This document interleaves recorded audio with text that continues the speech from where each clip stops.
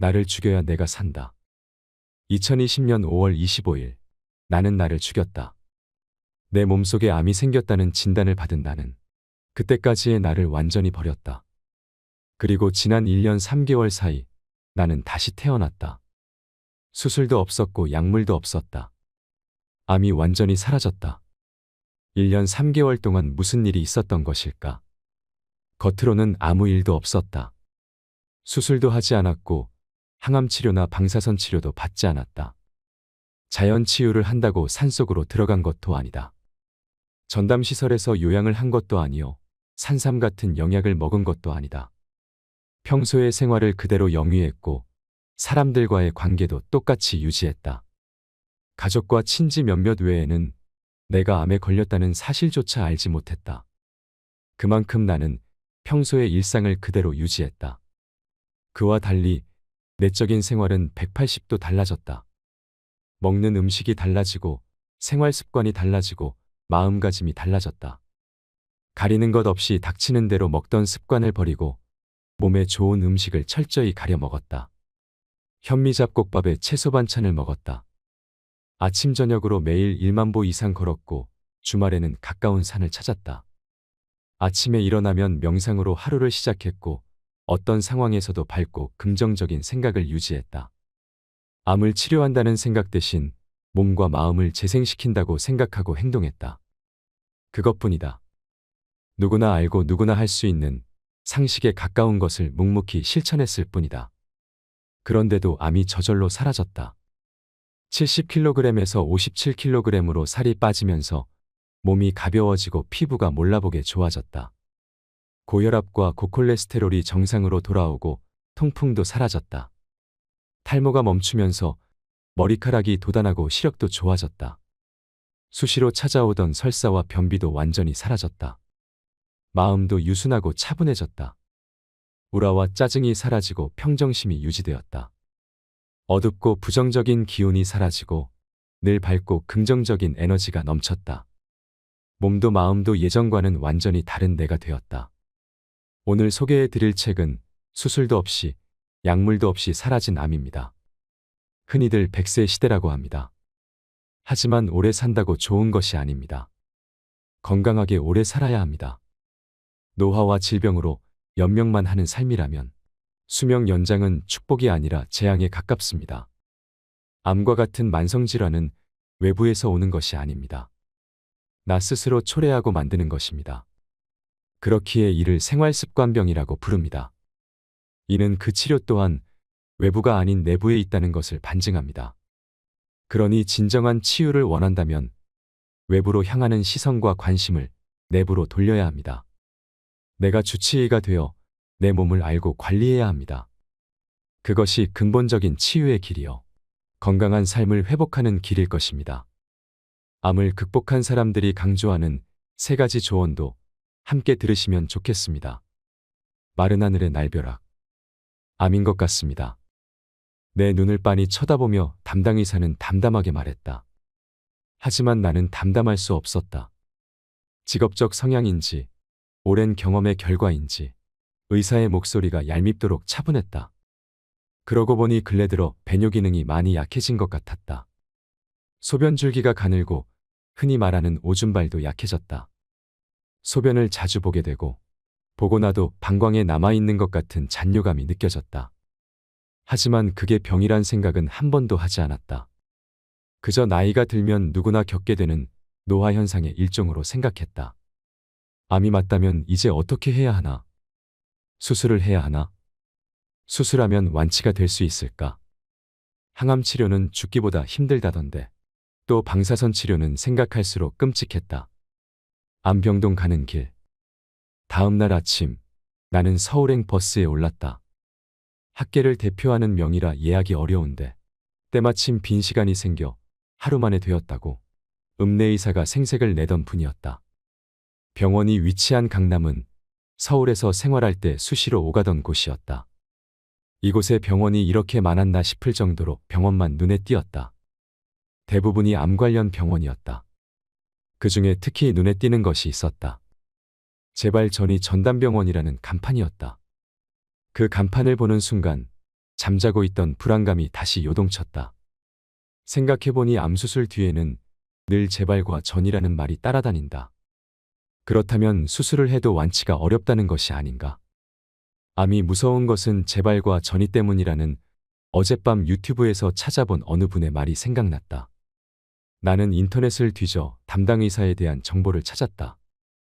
내 몸을 진료하고 수술까지 하게 될 의사가 어떤 분인지 확인하고 싶었다. 찾아보니 학계를 대표하는 명의라고 얘기한 읍내 의사의 말이 수긍이 되었다. 관련 학회장을 비롯해 경력이 화려했다. 특히 전립선암 수술에 있어서는 베테랑 의사였다. 그보다 더 호감이 가는 정보도 있었다. 환자의 입장에서 환자를 먼저 생각한다. 어느 인터뷰 기사에 소개된 그의 진료 철학이었다. 언제나 그런 마음으로 진료에 임하고 있다고 그는 여러 차례 강조했다. 그런데 아니었다. 내 심정이나 입장은 조금도 고려되지 않았다. 표정은 냉정했고 어투는 사무적이었다. 가까이 할 수 없는 권위와 카리스마가 느껴졌다. 무엇 하나 자세히 물어볼 용기가 나지 않았다. 어젯밤의 기대가 와르르 무너지는 느낌이었다. 지금의 내 심정이 어떤지 알지도 못하고 관심도 없는 것 같았다. 나는 더 이상 묻지 못했다. 알겠습니다. 대답을 하고 진료실을 나왔다. 확인하지는 못했지만 길게 잡아도 3분이 넘지 않을 시간이었다. 조직검사로 확진 판정을 받다. 심호흡을 하고 앞에 놓인 결과지를 응시했다. 일주일 전에 검사한 전립선 조직검사 결과지였다. 12개 샘플 중 7개의 종양 검출이 표시되어 있었다. CT를 봐도 그렇고 MRI도 그렇고 암일 확률이 높습니다. 70% 정도 됩니다. 조직검사를 해야겠습니다. 모니터를 보고 있던 의사는 내가 자리에 앉자 그제야 몸을 돌리며 말했다. 간단명료하고 권위적인 어투와 태도는 처음 그대로였다. 지난번보다도 더 짧은 면담이었다. 조직검사는 2달 뒤로 날짜가 잡혔다. 방법은 2가지였다. 하나는 수술을 하고 항암 치료를 받는 것이었다. 조직검사에서 종양의 악성도가 중간치인 7로 나왔으니 수술을 하면 완치가 가능할 것이라 얘기할 것이다. 하지만 나는 그동안의 공부를 통해 수술에 대해 회의적인 생각을 갖고 있었다. 수술은 암을 치료하는 것이 아니라 암으로 인해 생긴 종양을 제거하는 미봉책이라는 것을, 재발과 전이의 가능성이 상존할 수밖에 없다는 것을 알았기 때문이다. 그런데다 요실금 등 수술에 따른 후유증도 적지 않아 어떻게든 피하고 싶은 것이 솔직한 심정이었다. 다른 하나는 그동안의 공부를 통해 알게 된 자연치유 방식이다. 음식관리, 운동관리, 마음관리 등을 통해 세포의 기능과 활동을 강화하여 몸이 스스로의 힘으로 암을 이겨내게 하는 것이다. 증상인 종양 제거보다 종양의 원인이 되는 세포의 기능 회복에 초점을 맞춰 암을 근본적으로 치료하는 방식이었다. 무지의 대가. 도대체 왜 하필 내게 이런 불행이 찾아온 것인지 하늘이 원망스러웠다. 하지만 이내 입을 다물었다. 모든 것이 내 잘못임을, 내가 스스로 초래한 것임을 깨달았기 때문이다. 약은 약사에게, 진료는 의사에게. 어렸을 때부터 수도 없이 들었다. 그때는 몰랐다. 그것이 내게서 내 몸의 주도권을 빼앗아가는 집행명령이요, 나 스스로 내 몸에서 멀어지게 만든 세뇌의 구호였다는 사실을 몰랐으니 속절없이 당했다. 반드시 지켜야 하는 삶의 지침으로 알고 충실히 따랐다. 손가락에 피만 나도 병원을 찾았고 속이 조금만 거북해도 약국을 찾았다. 그러면서 나는 몸에서 멀어졌다.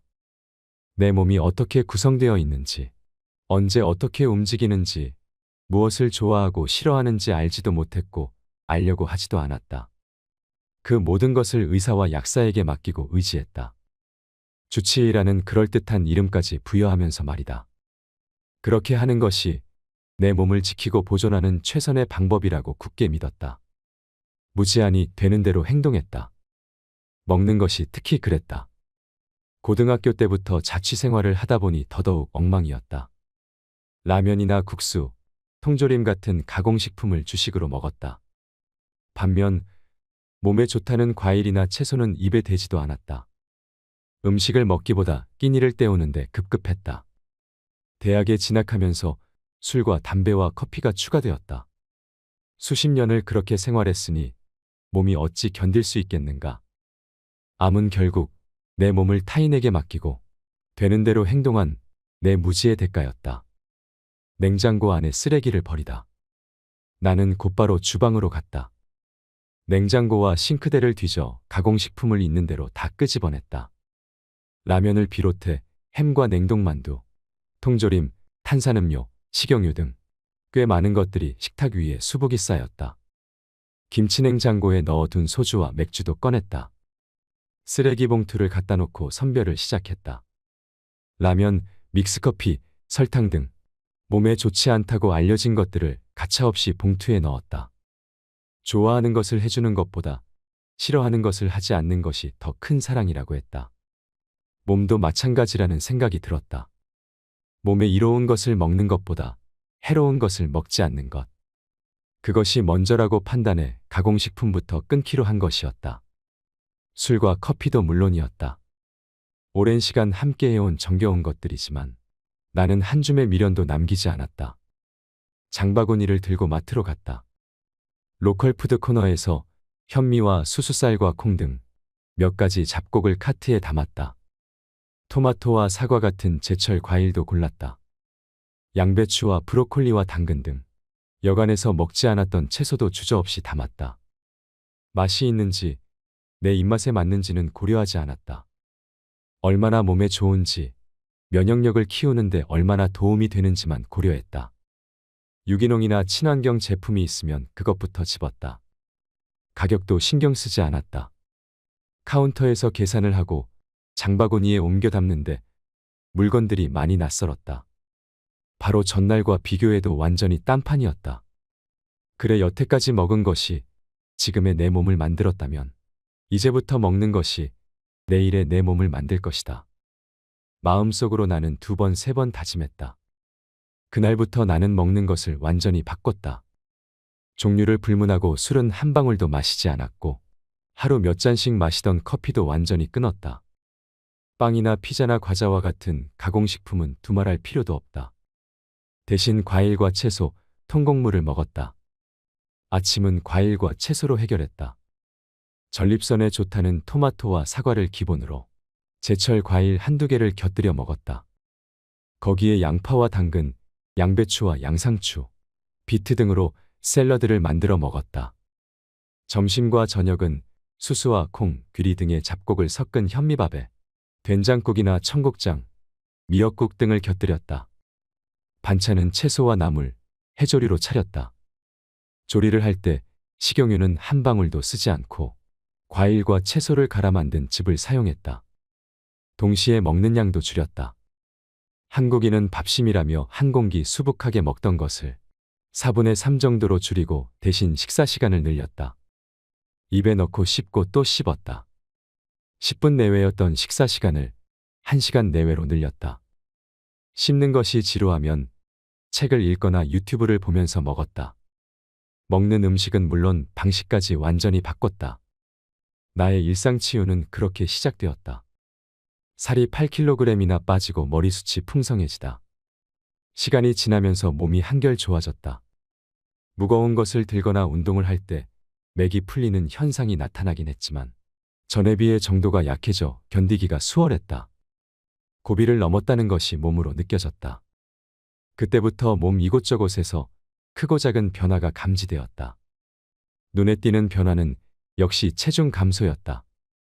불과 2주일 만에 체중이 확 줄었다. 70kg이던 것이 62kg으로 8kg이나 빠졌다. 관리를 하면서 제일 신경 쓴 것이 체중이었다. 몸 안에 쌓인 독소와 노폐물이 빠져야 몸이 살아나는데 그것을 보여주는 단적인 요소가 체중 감량이었다. 그것은 내 몸이 긍정적인 방향으로 변화하고 있다는 반증이라고 나는 확신했다. 비슷한 시기에 욕실에서 머리를 감고 있을 때였다. 드라이기로 머리를 말리는데 머리숱에 시선이 꽂혔다. 전에 비해 머리숱이 풍성해 보이는 것이었다. 사실 나는 원형 탈모가 심했다. 50대가 되면서 정수리가 허옇게 드러났다. 머리숱이 늘었을 뿐 아니라 가장자리에 가느다란 잔털까지 올라오고 있었다. 변화는 시력에서도 확인되었다. 나는 오래전부터 근시였다. 책처럼 아주 근접한 것을 볼 때는 안경을 벗지만 조금만 떨어져 있어도 안경을 써야 보인다. 어느 날 세수를 하고 거실로 나왔는데 켜놓은 TV에 자막이 읽혔다. 예전에 비하면 괄목할 만한 변화였다. 발 뒤꿈치도 달라졌다. 나는 피부가 거칠고 건조해 발 뒤꿈치에 각질이 심했다. 그러던 것이 말끔히 사라졌다. 내 발이 맞나 싶을 정도로 깨끗하고 매끄러워졌다. 정수리의 탈모와 근시 그리고 발 뒤꿈치 각질. 생각해보니 심장에서 멀리 떨어진 말단 조직의 문제라는 공통점이 있었다. 이는 곧 혈액 공급이 원활하지 못해 산소와 영양이 부족하기 때문에 나타난 현상이라 이해할 수 있었다. 그것이 개선되었다는 것은 그만큼 혈액순환이 원활해졌다는 것을 의미했다. 음식과 운동을 제대로 관리하자 소화작용과 혈액순환이 원활해지고 그 덕분에 산소와 영양소가 머리끝 발끝까지 원활하게 공급되어 세포활동이 촉진된 것이었다. 그러자 확인해 보고 싶은 것이 생겼다. 혈압이었다. 나는 오래전부터 혈압도 높았다. 지난번 검진에서도 위험 수준이었다. 몇 번을 재도 146 이상이었고 결과지에서도 고혈압 위험이 있다며 전문의 상담을 권했다. 전립선암 때문에 잊고 있었을 뿐이었다. 그 길로 나는 영월의료원으로 달려갔다. 로비에 있는 혈압 측정기에 앉아 팔을 끼우고 시작 버튼을 눌렀다. 얼마 지나지 않아 측정 수치가 프린트되어 나왔다. 128에 80이었다. 나는 속으로 또 한 번 쾌재를 불렀다. 언제 어디서 재도 140 이하로는 내려오지 않았었던 혈압이 관리를 시작한 지 2주일 만에 정상으로 돌아온 것이었다. 암 또한 극복할 수 있겠다는 희망이 생겼다. 공부를 해보니 암도 결국 같은 문제였다. 독소와 노폐물로 인해 영양과 산소를 공급받지 못한 세포가 이상 반응을 일으킨 것이 암세포요. 암세포가 쌓이고 쌓여 덩어리가 된 것이 암종양이었다. 발생 원인에 있어서는 탈모나 각질과 다를 바 없었다. 수술은 가능하면 피하고 싶었다. 재발과 전이는 물론 요실금과 발기부전 같은 후유증 또한 적지 않게 걱정이 되었다. 수술은 그동안 열심히 만들어 놓은 몸 안의 면역 시스템이 파괴된다. 수술을 하고 화학치료나 방사선 치료를 병행하게 되면 치명적인 손상을 입을 수밖에 없다. 진실은 책 속에 있었다. 나는 틈이 나는 대로 읍내 도서관을 찾았다. 음식과 건강에 관한 책을 대출해 읽었다. 오랜 시간에 걸쳐 연구한 세계적인 석학들의 책은 인터넷으로 구입해 2번, 3번 반복해 읽었다. 더글라스 그라함의 책, 콜드웰 에셀스틴의 책, 하비 다이아몬드의 책, 존 맥두걸의 책, 레이먼드 프랜시스의 책, 이시영 박사의 책, 엄융의 박사의 책 등이 그때 읽은 책이었다. 세상에는 단 하나의 질병만 있다. 공식적으로 등록된 암의 종류는 250여 종에 달한다고 한다. 의사들조차 모르는 암도 한두 가지가 아닐 것이다. 좀 더 공부를 하고 나자 생각이 바뀌었다. 질병의 종류가 3만여 종에 이른다는 것은 원인에 의한 것이 아니었다. 증상에 따른 분류였다. 그러니 중요한 것은 종류가 아니다. 원인과 현상이다. 국내에도 널리 알려진 베스트셀러를 쓴 레이먼드 프랜시스는 세상에는 하나의 질병만 존재한다고 단언했다. 우리 몸을 이루는 기본 요소인 세포가 어떤 연유로 인해 본연의 제 기능을 하지 못하는 것. 그것이 질병이라는 것이다. 3만여 종에 이르는 질병의 종류는 그로 인해 나타나는 증상이요 결과일 뿐이라는 것이 그의 일관된 주장이었다. 이 책을 읽고 나는 개운함을 느꼈다. 그 치료 또한 하나라는 것을 의미하기 때문이다. 그보다 더 중요한 의미도 있다. 세포의 기능을 회복시키는 것은 누구나 할 수 있다는 사실이다. 내 몸에 관심을 갖고 면밀히 관찰하면서 음식과 습관, 마음을 관리하면 된다. 지금 내가 하고 있는 일상치유가 바로 그것이었다. 면역이 암을 이긴다. 음식과 공기 등을 통해 독소가 유입된다고 그것이 곧 질병으로 이어지는 것은 아니다. 우리 몸은 그에 대항해 스스로를 지킬 수 있는 힘을 가지고 있다. 몸에 해로운 세균이나 바이러스가 유입되면 면역세포가 출동해 이를 막고 제거한다. 몸 안에서 생겨나는 독소에 대해서도 마찬가지다. 건강한 사람이라 해도 매일 5천여 개의 암세포가 생겨난다. 수백억 개의 세포가 생성되는 과정에서 이상세포가 발생하는 것이다. 하지만 걱정하지 않아도 된다. NK세포를 비롯한 면역세포가 이상세포를 발견하는 즉시 공격해 제거한다. 이렇듯 우리 몸은 스스로를 지키고 항상성을 유지하는 힘을 가지고 있다. 이를 자연치유력 또는 면역력이라 부른다. 문제는 면역력에도 한계가 있다는 것이다. 이런저런 이유로 면역력이 약해져 제 기능을 하지 못하면 유입되는 독소를 막지 못하고 증식하는 암세포를 제거하지 못한다. 암세포는 암종양으로 발전한다. 그러니 암 또한 면역력이 떨어져 생기는 질병이다. 자연치유력이 약해져 제 역할을 하지 못할 때 발생한다. 이를 뒤집어 생각하면 치료 방법 또한 분명해진다. 몸과 소통을 시작하다. 우리 집 화장실의 변기 옆에는 종이컵이 놓여 있다. 아침에 일어나 소변을 볼 때면 나는 그 종이컵에 일정량씩 받아 상태를 살펴본다. 색이 진한지 옅은지, 빛깔이 맑은지 탁한지, 이물질은 없는지, 이상한 냄새가 나지는 않는지 세심하게 체크한다. 일주일에 한두 번씩은 pH 측정기를 이용해 산도를 측정한다. 대변을 볼 때도 마찬가지다. 물을 내리기 전에 형태와 색깔을 살펴보고 고약한 냄새가 나지 않는지 확인을 한다. 평소와 다르게 보이거나 느낌이 좋지 않으면 전날 먹은 음식이나 활동 내용을 차근차근 점검한다. 외형과 달리 몸속의 세상은 눈에 보이지 않는다. 어디서 어떤 일이 벌어지고 있는지 알 수가 없다. 심장이 막혀도 악성 종양이 생겨도 증상으로 나타나기 전까지는 알지 못한다. 하지만 관심을 갖고 세심히 관찰하면 어느 정도 예측이 가능하다. 몸은 밖으로 배출하는 물질을 통해 내부의 상태를 알려주기 때문이다. 대표적인 것이 배설물이다. 하루에도 몇 번씩 배출하는 소변이나 대변에는 몸 안의 상태를 알 수 있는 정보와 신호가 뒤섞여 있다. 색깔, 빛깔, 형태, 냄새 등을 보면 어느 정도 짐작이 가능하다. 땀이나 열, 피부의 상태 등도 마찬가지다. 식약동원 음식으로 약을 삼다. 음식으로 고치지 못하는 병은 약으로도 고칠 수 없다. 음식이 약이 되게 하고 약이 음식이 되게 하라. 모든 병의 원인은 당독소와 나쁜 기름이었다. 숯불에 구워 먹는 삼겹살. 우리나라 사람들이 가장 좋아하는 음식이다. 문제는 그 다음이었다. 그렇게 먹고 마신 것을 설거지할 때면 평소보다 몇 배나 힘이 들었다. 덕지덕지 눌러붙은 기름 때문이었다. 팬과 그릇에 눌어붙어 미끈거리기만 할 뿐 잘 닦이지 않았다. 뜨거운 물에 세제를 풀어 몇 번이고 문질러야 겨우 닦였다.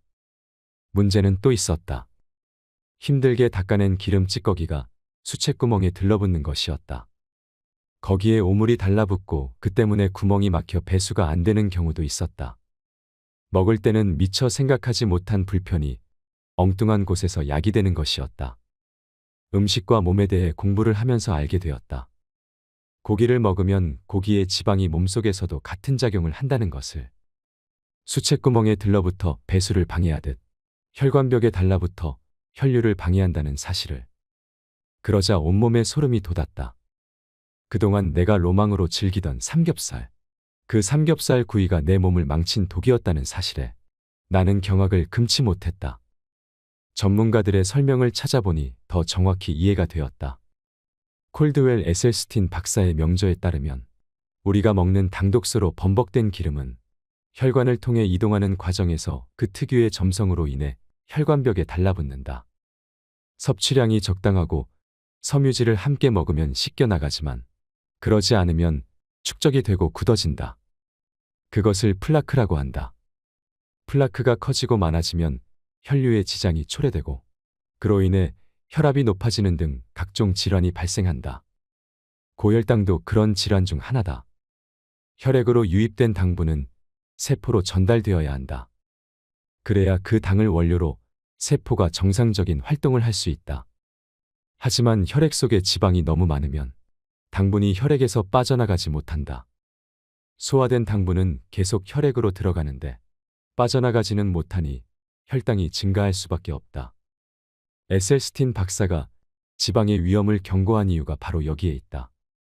내 몸에 생긴 암 또한 결국은 당독소와 기름 때문이다. 암뿐이 아니다. 고혈압, 고콜레스테롤, 고지혈증 등 종합검진에서 지적된 각종 증상도 지방이 원인이다. 설탕, 달콤함의 유혹을 떨쳐내다. 설탕이 몸에 나쁘다는 것은 이제 누구나 아는 상식에 속한다. 몸속에 유입되면 세포와 조직을 산성화시켜 신진대사를 방해하고 암 생성을 촉진시킨다. 암뿐이 아니다. 감기와 우울증, 골다공증, 알츠하이머병 등 거의 모든 질병의 직접적인 원인이 된다. 암에는 특히나 치명적이다. 암세포는 열악한 환경에서 생존하기 위해 당분을 발효시켜 먹이로 삼는다. 설탕이 암세포의 음식이자 연료가 되는 것이다. 지방이 암의 발생 원인이라면 설탕은 성장 동력이라 할 수 있다. 하비 다이아몬드 박사는 가공되고 정제된 설탕을 생명을 앗아가는 치명적인 맹독이라 부른다. 노벨상을 2번이나 수상한 화학자 라이너스 폴링 박사도 설탕은 식단에서 가장 위험한 식품이라고 단정한다. 그런 설탕을 우리는 너무 많이 먹고 있다. 2019년에 설탕 소비량이 70년대에 비해 20배 넘게 증가했다니 놀라지 않을 수 없다. 국민건강보험공단에 따르면 2016년 기준으로 인구 100명당 36명이 비만이라고 한다. 그 주범이 설탕이라는 것 또한 의심의 여지가 없다. 설탕은 당분만 추출해 정제한 것이다.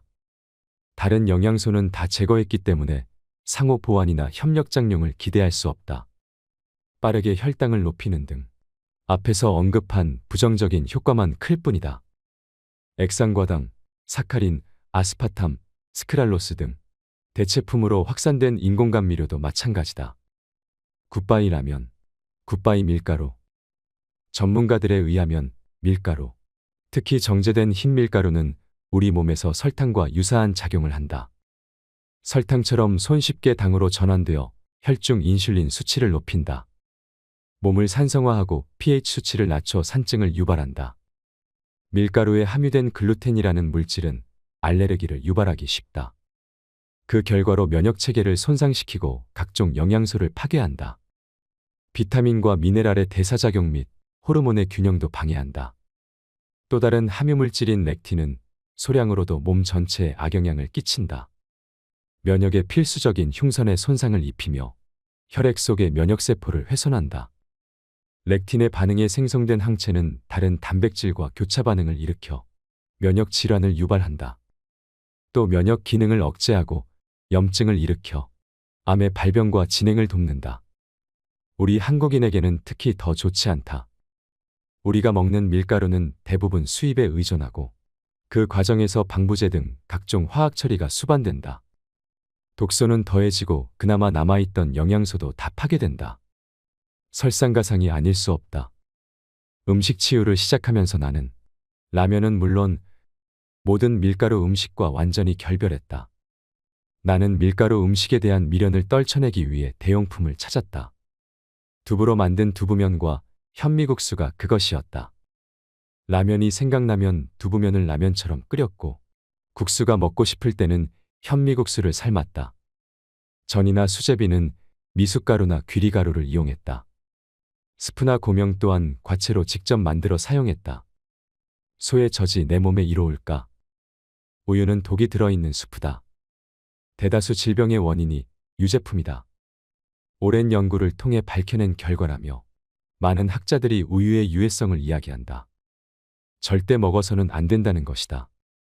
소는 우유를 통해 소의 영양과 유전물질을 송아지에게 전해주고 송아지는 우유를 받아 마시며 소로서의 특성과 정체성을 갖게 된다. 그런 우유를 사람이 먹으면 어떻게 될까? 소가 송아지에게 전해주는 소의 영양과 유전물질이 사람에게는 어떤 영향을 미칠까? 야생동물 중 다른 동물의 젖을 먹는 동물은 없다고 한다. 오직 사람만이 소의 젖, 양의 젖을 상용하는데 그게 과연 사람의 몸에 이로울까? 유아나 소아에게 나타나는 알레르기 반응 중 가장 흔한 것이 우유 알레르기라고 한다. 알레르기는 우리 몸이 특정 대상을 유해한 것으로 판단해 나타내는 과민 반응이다. 그러니 알레르기는 태아의 몸이 우유를 거부한다는 것을 알려준다. 이는 채식동물인 소에게 동물성 사료를 먹였을 때 나타난 광우병과 같은 이치가 아닌가 싶다. 아침은 과일과 채소로 시작하다. 사과 하나, 토마토 하나, 그리고 제철 과일 한두 개에 대여섯 가지 채소를 섞어 만든 샐러드 한 대접. 매일 아침 먹는 나의 아침 식사 메뉴다. 사과는 하루 한 개씩 먹으면 의사가 필요 없다는 격언이 있을 정도로 우리 몸에 필요한 영양을 골고루 함유하고 있다. 치매와 당뇨병의 예방에서 다이어트와 피부 미용까지 효능 또한 다양해 최고의 과일로 꼽힌다. 토마토는 세계 10대 푸드로 꼽히는 건강식품이다. 토마토에 많은 라이코펜 성분은 암에 특히 좋은 것으로 알려져 있다. 가열하면 흡수율이 좋아진다고 해 불에 익혀 먹는다. 그 외 참외와 딸기, 복숭아, 단감 등 그때그때의 제철 과일 중에서 한두 개씩 선택한다. 샐러드는 양배추와 양상추, 양파와 당근, 시금치, 부추 같은 엽채류를 더해 만든다. 현미의 깊고 진한 맛에 반하다. 거무스름한 현미밥에 귀리, 수수, 강낭콩 등이 뒤섞여 있다. 한 숟가락 떠서 입에 넣는다. 지금은 그 맛을 즐기고 좋아하지만 초기에는 정말 싫었다. 현미는 수확한 벼를 탈곡한 후 왕겨만 벗겨낸 쌀이다. 껍질만 벗겼기 때문에 속껍질과 씨는 배젖이 그대로 남아있다. 습도와 온도, 햇빛을 맞춰주면 싹을 틔우고 새 생명을 길러낸다. 현미 자체에 식물체로 성장할 수 있는 영양소를 골고루 갖추고 있기 때문이다. 반면 백미는 부드러운 식감을 위해 현미에서 속껍질과 씨눈을 깎아내고 흰 알갱이만 남긴 것이다. 그래서 잡티 하나 없이 하얗고 밥을 하면 씹지 않아도 될 만큼 부드럽다. 하지만 백미는 온도와 습도, 햇빛을 맞춰줘도 현미처럼 싹을 틔우지 못하고 썩어버린다. 생명을 만들어낼 수 있는 영양 성분이 없기 때문이다. 현미가 생명을 품은 씨앗이라면 백미는 이미 죽어버린 씨앗이다. 영양적으로도 현미는 완전 식품에 가깝다. 현미에는 칼로리 비율로 단백질이 8%, 지방이 6.3%, 탄수화물이 85.7% 함유되어 있다. 몸이 요구하는 비율에 적합하다. 특히 현미에 들어있는 탄수화물은 단순당이 아닌 녹말 형태로 식후에 일어나는 혈당의 급격한 변동을 막아준다. 또 섬유질이 풍부해 변비와 대장암을 예방해주고 콜레스테롤을 낮춰 동맥경화증을 비롯한 고혈압 예방에도 도움이 된다. 이 외에도 현미는 우리 몸이 필요로 하는 영양소를 골고루 함유하고 있어 완전 식품으로 첫손에 꼽힌다. 그러니 선택은 분명했다. 먹기에 불편해도 현미밥을 먹을 수밖에 없었다. 나는 식감을 생각해 반반씩 섞어 먹거나 현미의 쌀겨 부분을 조금 더 깎은 5분도미나 7분도미를 먹는 어정쩡한 선택은 하지 않았다. 백미는 한 알도 섞지 않고 오히려 통곡물인 수수나 보리, 귀리, 콩 등의 잡곡을 혼합해 영양을 더했다. 매일 그렇게 먹으니 입맛이 변했다. 처음에는 거칠고 껄끄럽기만 했는데 씹을수록 깊고 진한 맛이 배어났다. 좀 더 시간이 지나 그 맛에 적응이 되자 오히려 현미밥을 더 좋아하게 되었다. 어려움을 겪어야 깊고 진한 본연의 맛을 알게 된다. 인생이 그런 것이라면 현미밥이야말로 인생을 닮은 맛이 아닐까. 밥에는 반찬이 따른다. 그러니 밥만 바꾼다고 되는 게 아니다. 반찬도 함께 바꿔야 한다. 반찬은 대부분 김치와 나물이었다. 자주 먹다 보니 나물마다의 독특한 향과 맛이 느껴지고 입맛 또한 적응이 되었다. 새로운 나물이 또 없을까 찾아다닐 정도로 마니아가 되었다. 해조류도 애용했다. 김과 미역은 물론 톳, 쇠미역, 쌈다시마, 꼬시래기처럼 잘 알려지지 않은 것들도 찾아 맛을 보며 선택의 폭을 넓혔다.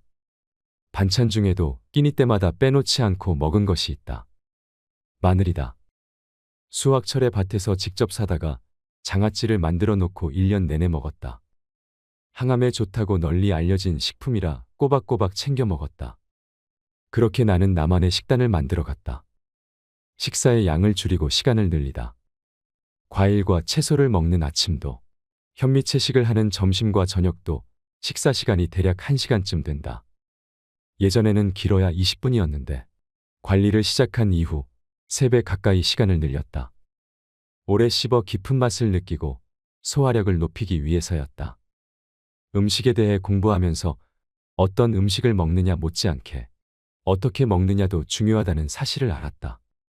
아무리 몸에 좋은 음식을 먹어도 영양분을 흡수하지 못하면 소용이 없기 때문이다. 또 음식에 따라 다르겠지만 위장에서 소화를 하는 데는 엄청난 에너지가 소모된다. 전문가들에 따르면 웬만한 운동을 할 때보다 더 많은 에너지가 필요하다. 내 몸은 지금 암과 싸우고 있다. 그러니 입안에서 오래 씹어 위장에 부담을 덜어야 한다. 그것이 암을 극복하는 길이자 내 몸을 재생시키는 길이다. 그러한 생각에서 나는 먹는 양을 줄이고 시간을 늘렸다. 입에서 오래 씹어 위장에 부담을 덜고 장의 흡수율을 높이고자 노력했다. 공복의 위대함. 같은 음식이라도 밤늦게 먹으면 더 쉽게 살이 찐다. 밤에 섭취한 칼로리는 에너지원으로 사용되지 않고 지방으로 축적되기 때문이다. 자율신경계가 활성화되고 멜라토닌 분비가 줄어들어 불면증에 시달릴 수도 있다. 단식을 하면 우선 노폐물이 제거된다. 과식으로 체내에 쌓여있던 지방과 대사 찌꺼기들이 배출된다. 또 혈관 내의 독소를 제거하고 혈관을 깨끗하게 유지해 동맥경화나 암 같은 성인병의 예방 및 치유에 도움이 된다. 단식을 하면 유전자도 젊어진다. 림프구의 면역 활성이 높아지고 면역세포인 백혈구가 증가한다. 흉선이나 부신의 중량이 커져 면역력이 강화된다. 또 만병과 노화의 근원인 산화독을 방지한다. 하루 한 끼 단식을 하면 활성산소를 13% 줄인다는 연구 결과가 있다. 단식을 하면 우선 노폐물이 제거된다. 과식으로 체내에 쌓여있던 지방과 대사 찌꺼기들이 배출된다. 또 혈관 내의 독소를 제거하고 혈관을 깨끗하게 유지해 동맥경화나 암 같은 성인병의 예방 및 치유에 도움이 된다. 단식을 하면 유전자도 젊어진다. 아침에 7,000보, 저녁에 3,000보를 걷다. 걷는 것이 최고의 약이다. 걷기의 효과는 의학적으로도 잘 알려져 있다. 하루 30분 이상 걸으면 혈액순환 같은 심혈관계 기능, 호흡기 기능, 면역 기능, 허리와 다리의 근력 등 신체의 모든 기능이 증진된다. 체내에 쌓인 노폐물도 배출된다. 그래서 걷는 것을 건강의 기본으로 삼는다. 걷기의 효과는 특히 암 환자에게는 절대적이다. 체내에 산소가 부족할 때 암세포가 생기고 성장하는 것을 감안하면 맑은 공기를 마시며 걷는 것이 생명과 직결된다고 해도 지나친 말이 아닐 것이다. 걸을 힘만 있다면 걸어야 하는 이유가 여기에 있다. 약은 독이다. 조직검사를 위해 입원을 했을 때였다. 그러니까 몸관리를 시작하고 2달쯤 지났을 무렵이다. 검사를 마치고 퇴원 수속을 하는데 간호사가 약을 한 봉지 건네주었다. 일주일치라며 식후에 한 봉씩 꼭 챙겨 먹으라고 덧붙였다. 나는 간호사를 붙잡고 물었다. 이게 무슨 약이에요? 이건 진통제, 이건 소화제, 그리고 이건 항생제예요. 간호사는 알약 하나하나를 가리키며 설명해 주었다. 아무런 통증도 없는데 일주일씩이나 먹어야 해요. 그래도 혹시 모르니 꼭 챙겨 드세요. 나는 대답하지 않았다. 약은 독이다. 공부를 하면서 깨달은 핵심 내용 중 하나다. 약은 치료를 목적으로 한다. 치료는 우리 몸에 침투한 세균이나 바이러스를 공격해 제거하는 것이요. 그런 기능을 하는 것은 독이다. 약이 독이 될 수밖에 없는 이유다. 문제는 약이 병균에만 작용하지 않고 몸속의 정상세포나 조직에도 똑같이 작용한다는 사실이다.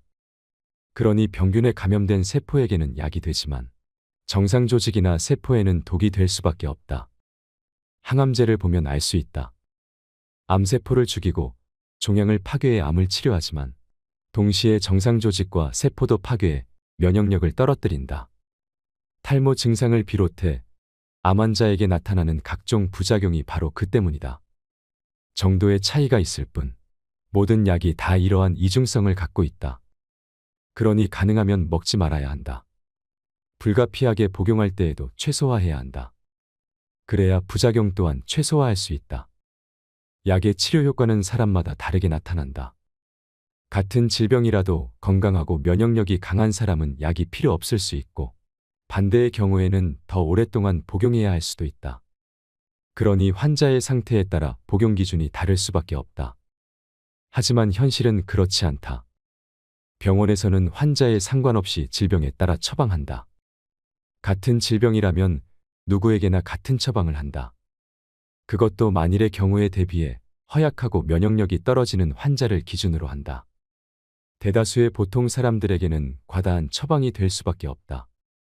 이런 말은 하고 싶지 않지만 그것이 병원의 수익과 직결된다는 것 또한 부정할 수 없다. 그러니 의사만 믿고 무조건 따를 일이 아니다. 내가 주치의가 되어 내 몸을 알고 내 몸의 반응을 살펴서 복용 여부와 기간 등을 판단해야 한다.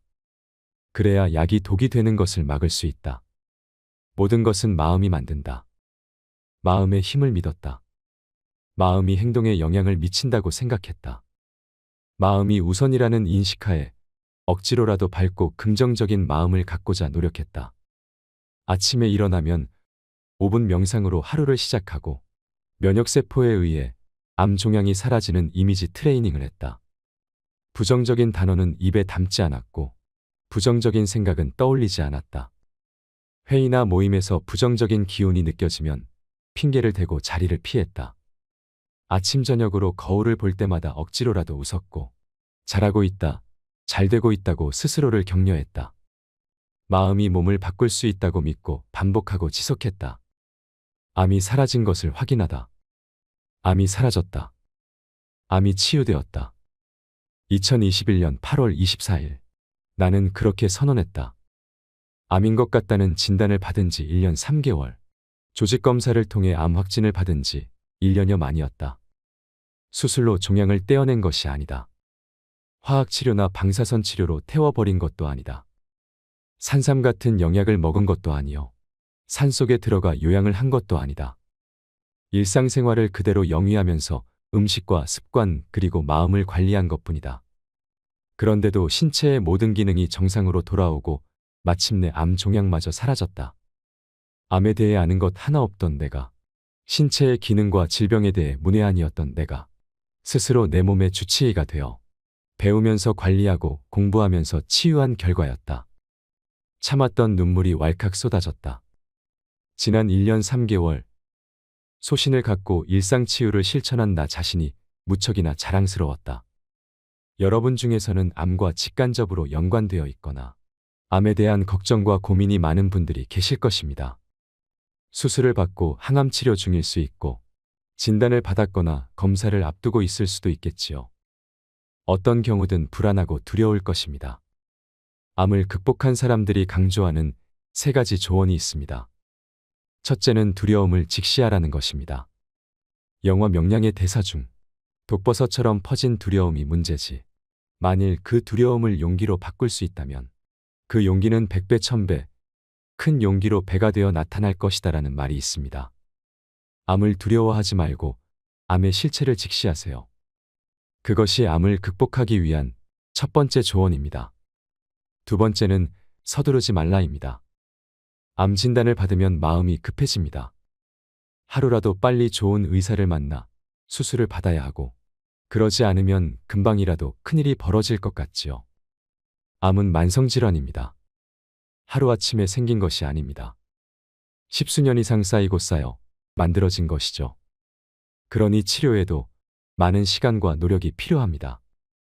여유를 가지고 차근차근 대처해야 합니다. 급하게 서두르면 실체를 볼 수 없고 두려움에 휩싸여 잘못된 판단을 할 수 있기 때문입니다. 세 번째는 스스로 주치의가 되어야 합니다. 우리는 잘 모릅니다. 그저 선생님만 믿습니다. 알아서 잘해 주십시오. 이렇게 말하는 분들이 있습니다. 사람은 누구나 살아온 환경이 다릅니다. 먹은 음식이 다르고 마신 공기가 다르고 경험한 생활이 다르지요. 몸속의 상태나 환경 또한 다를 수밖에 없습니다. 그러니 모든 사람에게 똑같이 효능을 발휘하는 약이나 처방은 있을 수 없습니다. 그래서 내 몸은 내가 알아야 합니다. 의사도 내 몸을 알 수 없습니다. 하루에도 수십, 수백 명의 환자를 진료하는 의사가 어떻게 내 몸을 알고 기억할까요? 단지 차트에 적힌 수치로 판단하고 처방할 뿐입니다. 다시 말하지만 내 몸은 내 몸입니다. 내가 알아야 합니다. 내가 내 몸의 주치의가 되어야 한다. 그것보다 중요한 것은 없다는 것을 기억하세요. 이상으로 인생 철학이었습니다. 철학이 있는 당신의 삶을 응원합니다.